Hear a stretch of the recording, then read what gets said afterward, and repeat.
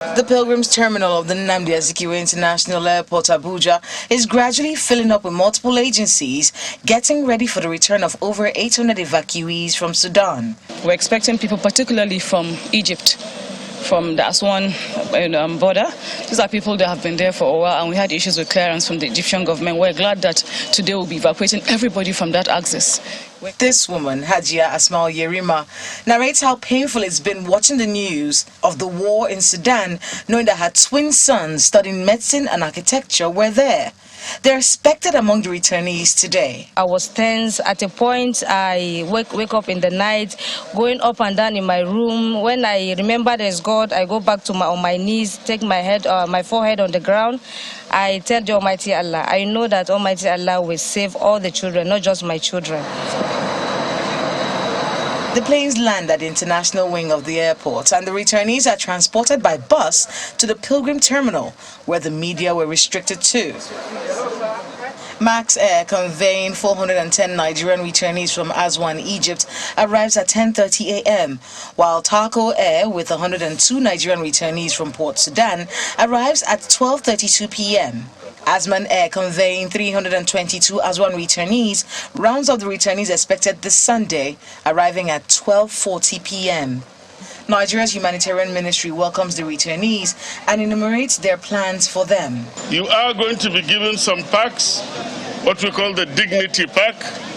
In that pack, you have several things that you need immediately. We are also going to give you 100,000 naira per person from Dangote Foundation. Can you all say thank you to Dangote? Thank you. Thank you very much. MTN Foundation is going to give you a pack, a program, what do they call it, a SIM card that has 25,000 naira in it worth of credit and 1.5 gigabytes of data so that you can communicate with your families.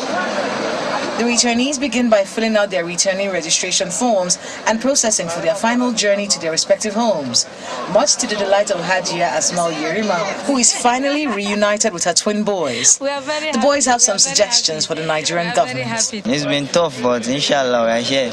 Alhamdulillah, but the journey was very, very hard on us. The process needs to be fast, After coming, they need to have a plan, target and budget. This arduous process has been one fraught with a lot of controversy, but the great news is a lot of the Nigerians who are in war-torn Sudan, who were in war-torn Sudan, have been returned safely back to Nigeria. And we're hearing from the government officials today that the focus is going to be on Nigerians who can make their way to Port Sudan so they can be evacuated back to Nigeria safely. No more evacuees at the Aswan region in Egypt, and that's what we're hearing today. But these returnees here excited to be back home, very tired, but looking forward to a future where their education probably will be continued through some kind of collaboration between the Sudanese government and the Nigerian government.